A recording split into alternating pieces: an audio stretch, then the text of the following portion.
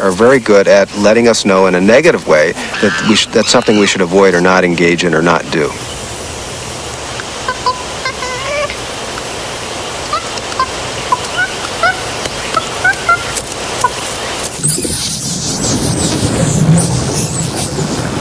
Young dolphins start to get out of line, and boy, are they brought back into line.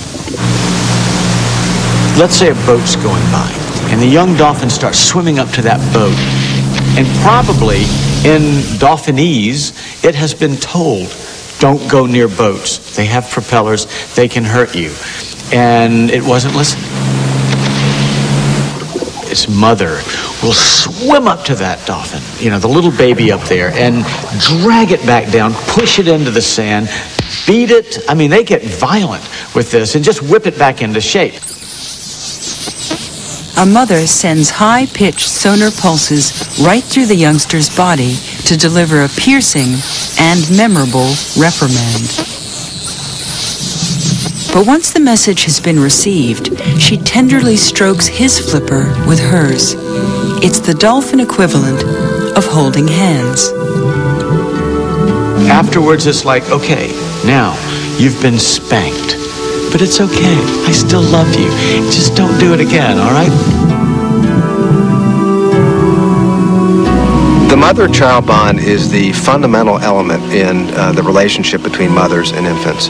If we didn't have that feeling of feeling so close and warm and comfortable, we wouldn't spend a lot of time with our kids or our offspring. It's that feeling that's so intense. One of the major breakthroughs in understanding what the bond is all about was that what's absolutely critical is physical contact comfort between a mother and infant. Now, contact comfort sounds like a very clinical word, but it's basically the clinging and the grooming and the touching and feeling and the hugging that goes on between a mother and an infant. Now, nobody would argue that that's important, at least these days, but what's really interesting is that it's probably more important for physical growth, brain development, and emotional development than actually feeding. Studies done at the University of Wisconsin many years ago actually demonstrated this. In the 1960s, a study on the psychology of love focused on the most primal form, motherhood. An experiment with rhesus monkeys explored the infant's need for maternal love. The babies were offered a choice of 2 substitute mothers. Both surrogates were made of wire, but one held a bottle, the baby's only source of food, while the other wire mother had nothing to offer but the hint of a face and a drape of soft cloth. On the average, each infant spent less than 1 hour a day with the food-providing mother and over 17 hours with the cloth mother. The softness, the mere suggestion of mother's body, was what the babies craved, even more than food.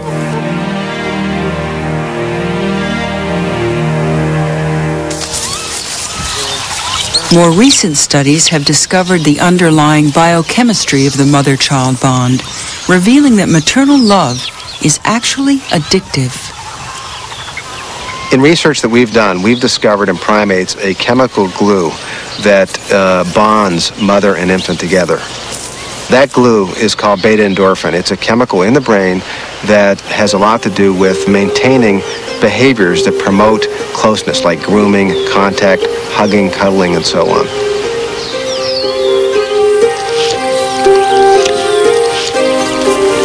What's really interesting about that is that's a very similar chemical to morphine. And we know that morphine is a drug that's very reinforcing and rewarding. So we believe that when mothers and infants feel close together, that there are little spurts of this chemical released in the brain, and that not only does that make them feel closer together, but they also behave in ways that are calming.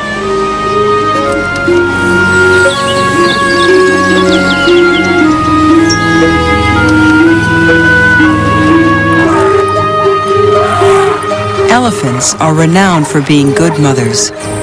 But what filmmaker Martin Kolbeck witnessed while working in Kenya was an extraordinary demonstration of maternal devotion. I was making the first elephant film I did, Echo of the Elephants. We decided to follow one particular family of elephants over an extended period of time. It was led by a matriarch called Echo.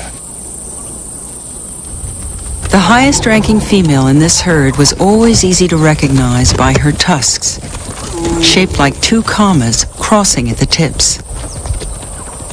About 2 months after we started filming, Echo, the matriarch, gave birth.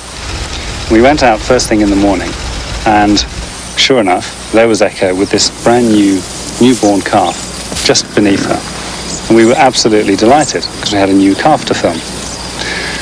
However, as we started filming, we suddenly noticed that this young male calf was having a great deal of difficulty standing. There was something badly wrong with its front feet. They were completely scrunched beneath it. And so all it could do was shuffle around on its knees. We were concerned. We thought that this elephant's going to die. There's absolutely no doubt about it. Because it was shuffling along on its knees, it would rub its knees raw, and then it would become infected, and that would be a horrible, slow death. So we weren't happy to be filming this. But to see the reactions of the elephants to this situation was very revealing. On that first day, the matriarch Echo was on her own, out in the middle of an open pan. She had a newborn calf and the calf's older sister. We called her Enid. Despite the baby's struggle for life, the herd also had to stay alive and left to search for food. Elephant herds are rarely separated, but there was no way the baby could keep up.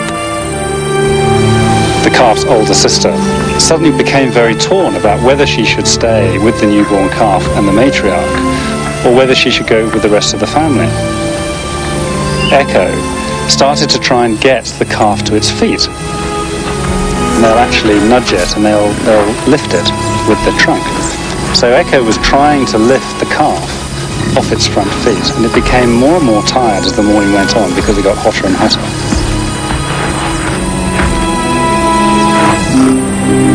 But Enid started to wander off towards the family, but she was clearly torn. It was extraordinary to see it, because she would stop, she would hesitate, she would look back, and then Echo would try and get the calf up, and he would just grunt. He'd make this low, complaining grunt, whereupon Enid would just turn around and come rushing back.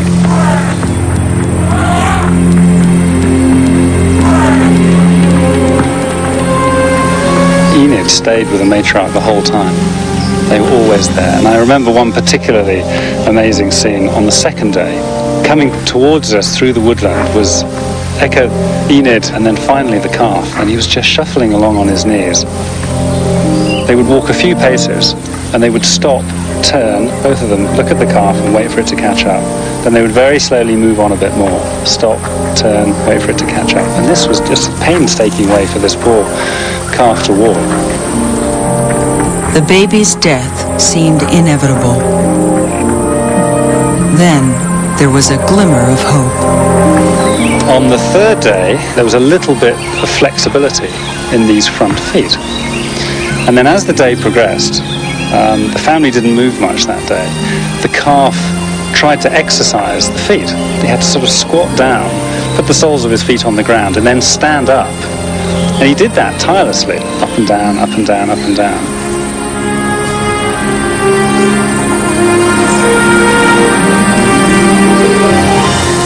Incredibly, he suddenly stood up.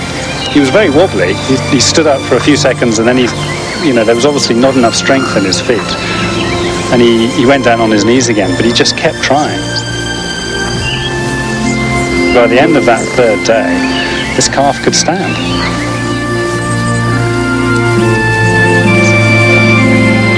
The baby Eli was such a large calf that his tendons couldn't straighten out while he was still in the womb. He just needed the time his patient mother gave him to stretch his legs. Echo is an extraordinary elephant, I think.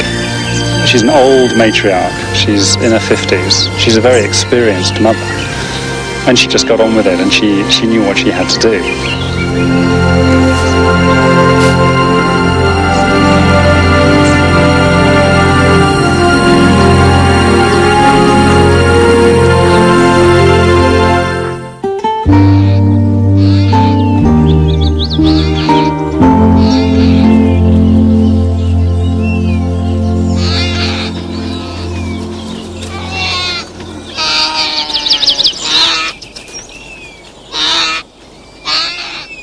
One of the most important things for any mammal to have is care. No young mammal can survive without maternal devotion. So young animals have very powerful emotional systems to solicit care when they're lost or out of contact with their parents. They cry. They show separation calls. And this alerts mothers usually, sometimes fathers also, to come back to look for the offspring.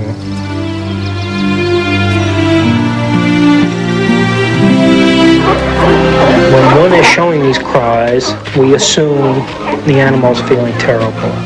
And we assume that when the animals get together again, chemicals are activated in the brain that feel good.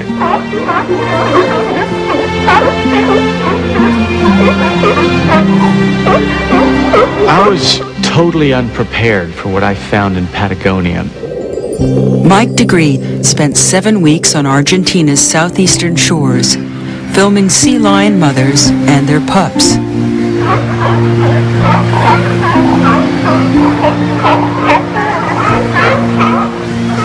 Shooting all of this material inside the sea lion colony, these little cute baby sea lions, and I really started liking them. And they would have these swimming schools, you know, there would be 3 or 4 of the adult sea lions around, and all of the pups would go down, so there might be 50, you know, jet black sea lion pups learning how to swim in, you know, this nice little shallow sheltered area. Well, that's about the time the first dorsal fin appears in the background. You know, it's like, oh no. And now, the reason we went down to film was to see the predation of killer whales on sea lions. No, I don't want this to happen now. And it started happening, and it was extraordinary because I was at, you know, ground zero, right at the beach when these whales were coming rushing up onto the beach, and they would grab these little pups. And then they'll swim along and wham, kick it up in the air with their tails. And these things were getting, you know, 20, 30 feet up into the air. It is the single most powerful experience I have ever had in the natural world while filming anything. It was just one of the most heartbreaking parts of watching the orcas take sea lion pups off the beach were the moms. The female sea lions would just sit right at the edge of the water, you know, and look around both ways. And if you look at that sequence, you'll see there's a shot of a sea lion mom doing that very behavior right after her pup had been taken, and you just want to cry. She knows he's gone, and it hurts.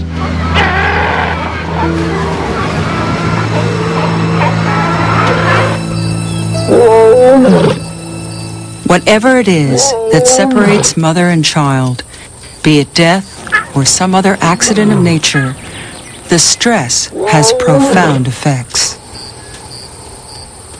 The relationship between emotional stress and survival is the focus of a study on an island off Puerto Rico.